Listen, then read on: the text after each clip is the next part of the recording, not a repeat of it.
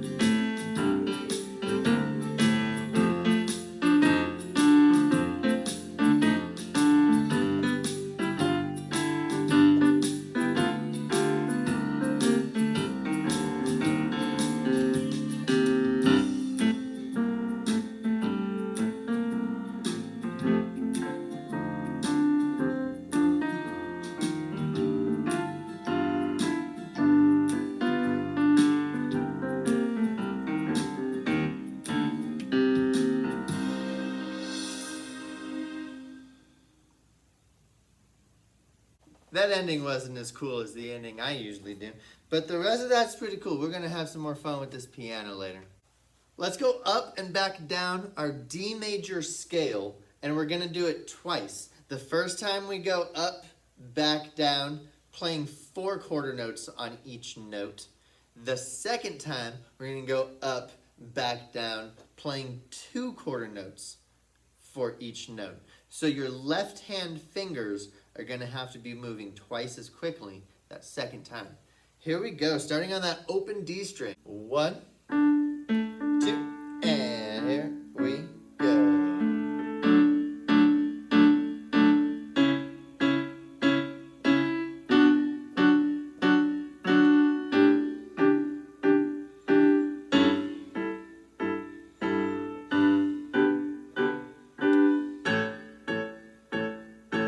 Right back down.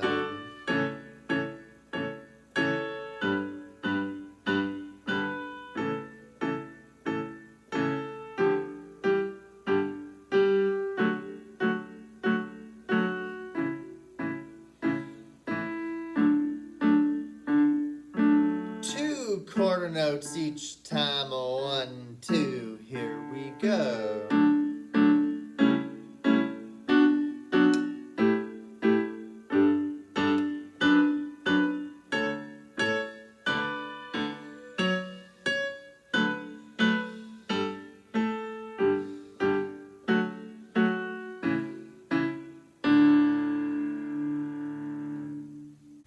Welcome to the INP.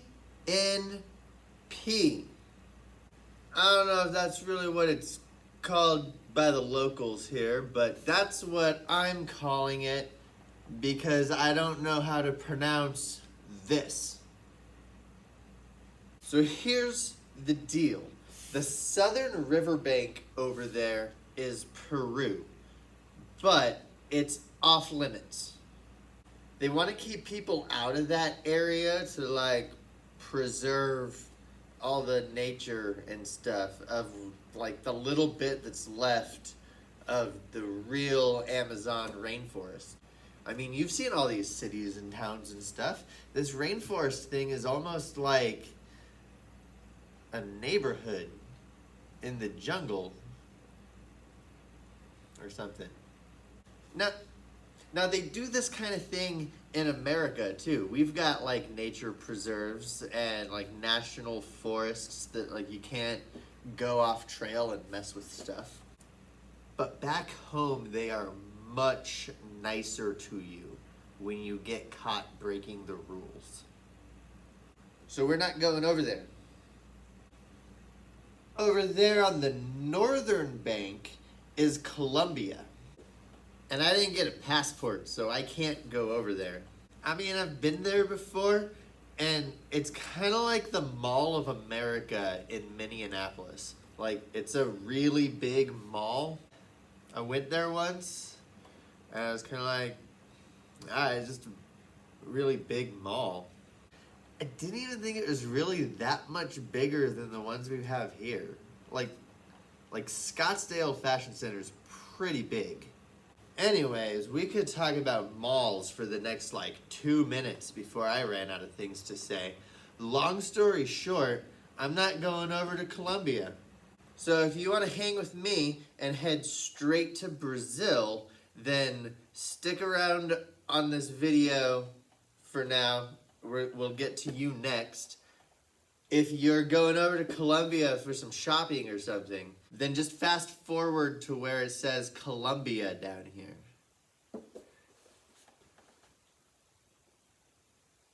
So you can go now. If you bought a passport, just like fast forward to where it says Colombia.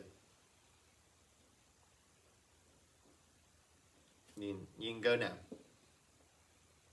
Everybody got it?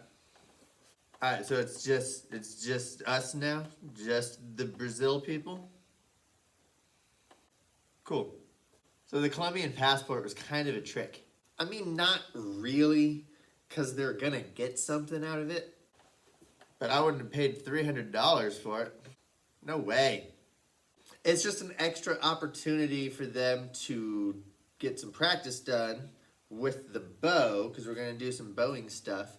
And then for them to stop and rest and stuff. What am I doing with my hand? Stop and rest? How does that mean stop and rest? Since we're going straight on to Brazil, we're going to have to probably eat some of our stuff that we bought, some fish heads or some energy bars. But they're going to be able to pull up and rest and buy just like in other places before. That's it. And for the 6th graders, it's extra practice on shepherd's hay, which we're going to talk about here once everybody comes back. You should still watch like the rest of the video, and you should probably still go practice those other bow things too, because those bow things are important. But that's the main thing with this. Good job not wasting $300. All right, let's bring those Colombia guys back now, and we're going to talk about the bow hold and how to get out of this nature preserve area thing. Welcome back, you Colombian passport holders, people, you people that fast forward, this is where you're starting now. Welcome back. All right, so this entire place here, number 13, 14, 15, this is where you're starting to learn your bow. But before you grab your bow, I need you to go grab a marker of some kind. Something that you can write on your hand with. Your bow hand. This is your bow hand. It's your right hand. It's probably the hand that you write with, unless you're left-handed like me, then it's your other hand, right? So make sure it's your right hand that we're doing this to. I know we're gonna have to draw on our right hand. So if you're not left-handed, this might be kind of hard, but you know what? I bet you can figure it out. Or go get, mom, dad, brother, sister, somebody that's willing to write on you. I'm sure people love writing on people, don't they? Like, somebody will help you. Go get a marker and your right hand. I got my right hand, and I got my marker. You've probably figured out by now that there's kind of a specific way that we're holding our bow. This is going to be a guideline of sorts. Guideline. That's a pun that you don't even know is a pun yet. That's going to help you hold your bow. So there's a few points of contact where the bow is going to be touching your fingers' hand areas. One is the pinky. When we've been practicing these bow exercises, we've kept our pinky curved. Because of that curvedness, our pinky is touching the bow on the tip. So right there where that bow is touching, I'm just going to draw a little dot. I've got a dot on the tip of my pinky. The other important place is where your thumb is touching. Our bow is touching the side of our thumb next to our thumbnail. So again, just like with our pinky, I'm going to draw a dot right there on the side of my thumb next to my thumbnail. Now, if you look at the palm of your hand, you can't really see the dots because they're on the side, right? But we know that one dot is here and one dot's here. Remember that guideline thing I said, and I said it was a silly pun that you didn't know about? That's because we're going to draw a guideline now. And a line that's going to go from that dot on our thumb to the pinky. Look at where it crosses these three fingers. It's kind of like that a bit, right? And that's the last thing we're drawing, so you can get rid of your marker. So now that we've got our guideline in place, we're going to use this as a reference about where and how to hold our bow. And we got to combine this guideline with the knowledge of keeping our hand round, right? So it sounds strange. How am I supposed to hold one stick while all of these are touching? No, the bow's not actually touching there. It's just a guideline. This is so hard to do online, guys.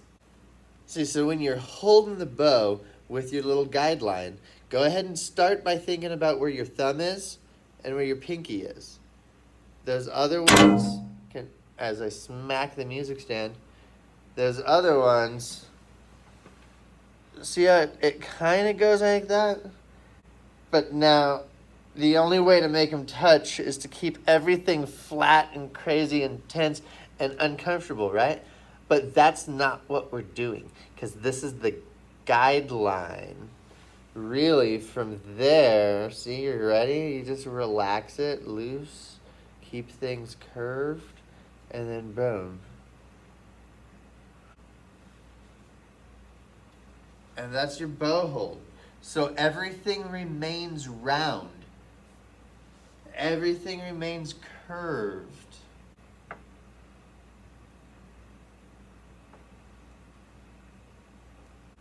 If you play cello, there's a very, very subtle difference.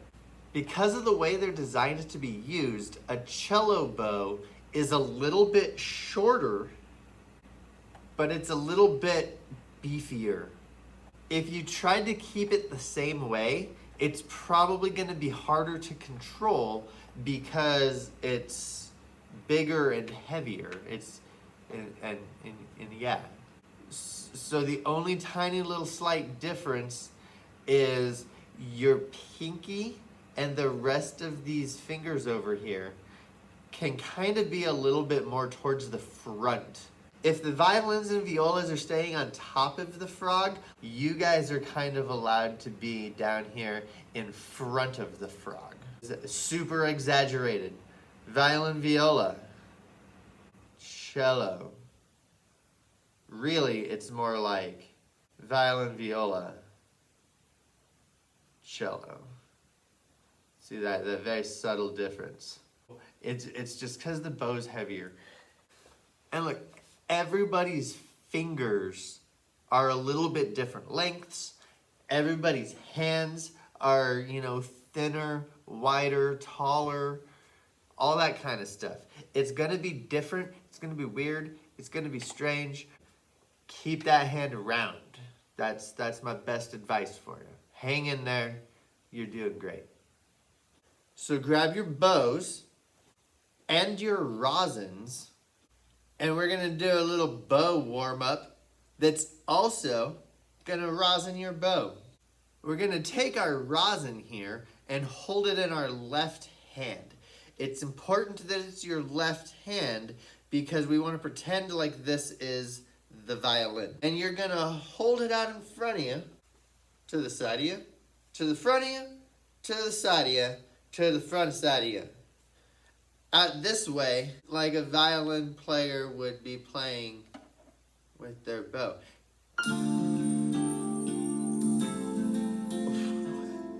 Just playing sad music.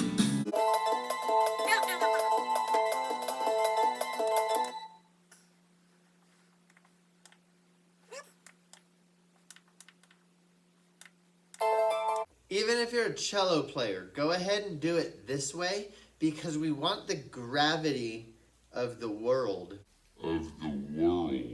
to pull the bow down onto the rosin.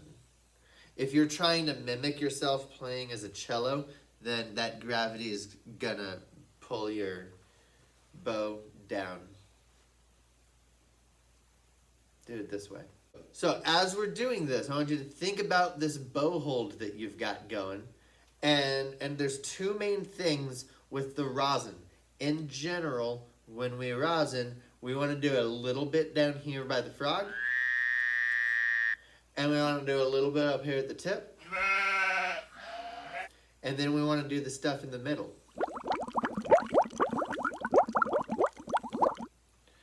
The little bit I did just now was probably plenty of rosin. So this is going to be a short bow exercise because we don't want to over rosin these things. In fact, if your bow is already playing fine because you've been playing around with your bow and rosin a little bit, then don't do this exercise. Do this exercise, but maybe turn your bow upside down and hold it a little bit uncomfortably and do it here like this.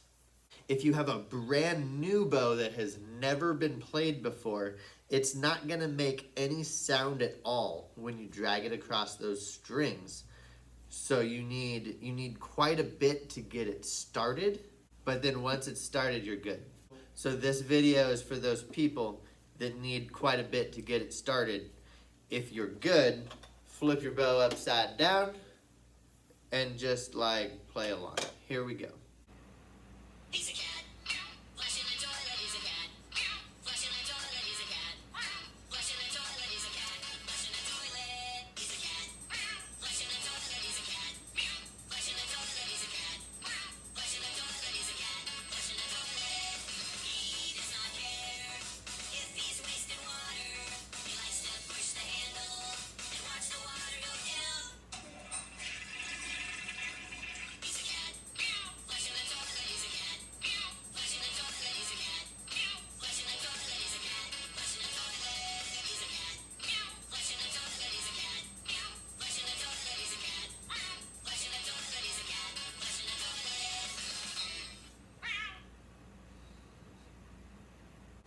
Now to test it, grab your instrument and on any open string, you're just gonna drag your bow across as smoothly as you can.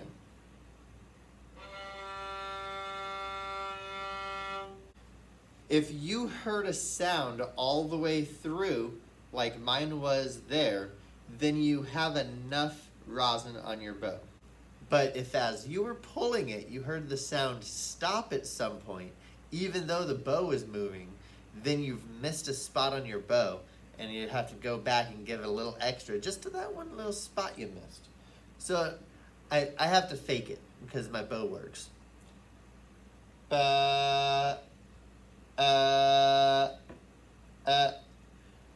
If it stopped like that, there was a tiny spot in the middle that didn't make sound, and there's a tiny spot up here. So don't do this again. Just go like this and like that.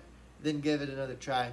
And keep going until it smooths and you have a sound all the way through. Cool?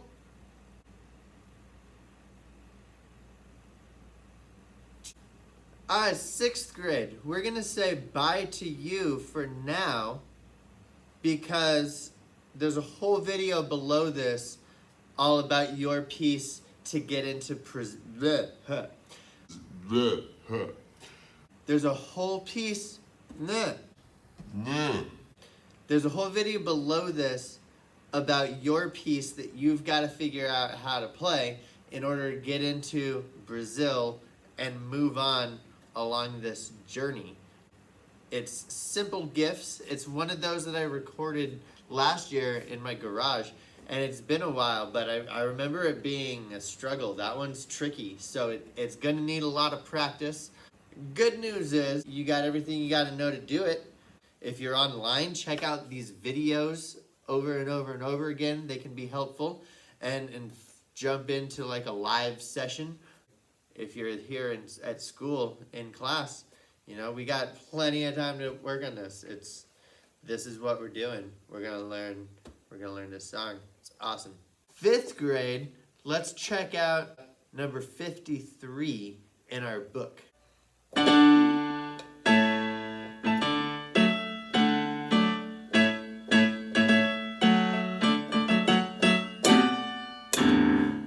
You know, if it wasn't for this whole thing, we could all be watching the Olympics right now.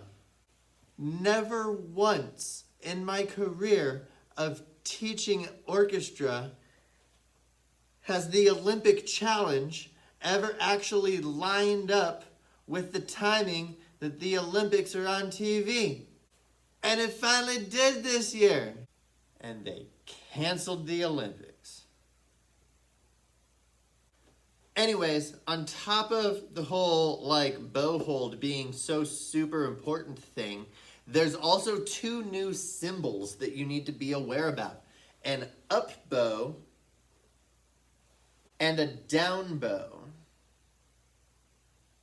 As you get better at this and we progress and you're in like high school and playing big long symphonies and playing beautiful music and stuff, you'll probably be at the point where most of these bowings, up bows, down bows, will be written in for you by like a section leader or somebody that's kind of in charge of their little group.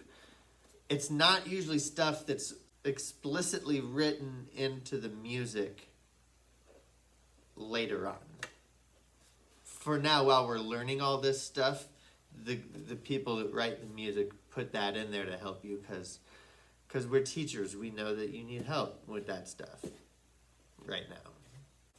Usually, if there's a quarter note on beat 1, or most any note on beat 1, then that's usually going to be a down bow, moving the bow down from the frog down to the tip. That seems complicated, doesn't it?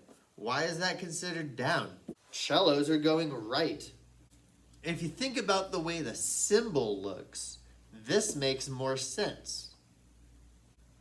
That's a down bow, and it kind of looks like the shape of a frog. So when you see that symbol, you start at the frog. This one over here is called an up bow. It looks like a little pointy thing, like the tip of your bow. When you see a note with one of those guys on it, start at the tip.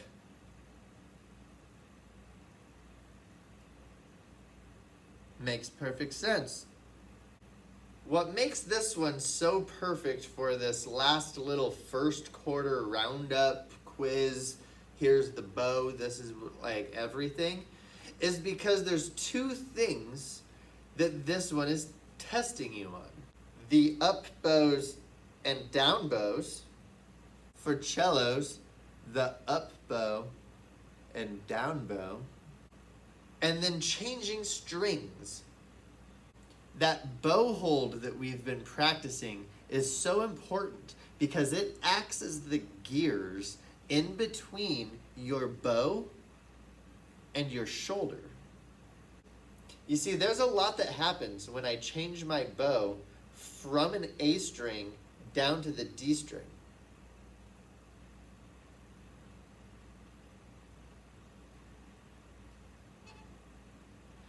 As my elbow went out to lift my wrist up to move the bow over, everything had to shift in just the right way. And if we don't have the right kind of flexibility in our bow hold, it's not going to work very smoothly. And smoothly is the important part when it comes to changing strings.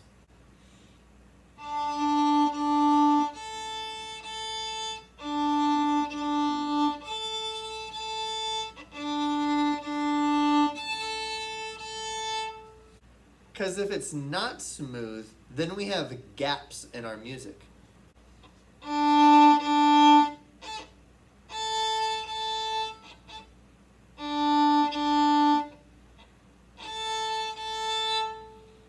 And that makes it seem like the tempo is wrong, or the rhythm is wrong, or whatever else might be wrong.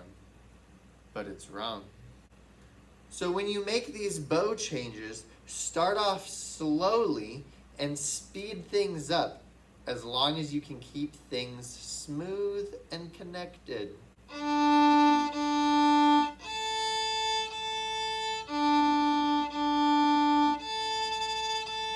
Make sure you run this through your 5 steps of practice.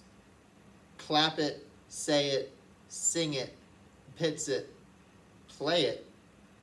And don't move on to the next step before you're comfortable doing that last one. Also, check out Essential Elements Interactive and look this one up. Again, there's all kinds of fun accompaniments. You can speed it up, you can slow it down, you can play it with the melody, you can play it without the melody. You could even record yourself playing along with one of those accompaniments for the assignment. Turn that in. Maybe I'll give you a trinket. I don't know. It'll be cool. Play around with it. Have fun. You've got a lot of time to master this bow stuff. We will see you in one more video here for Q1.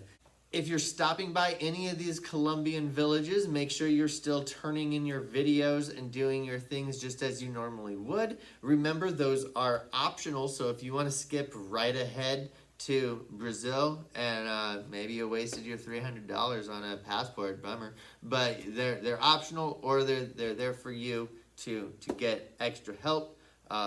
Send some videos in. I can give you those comments. And we'll get through this thing together. Cool? We'll see you in Brazil. Bye.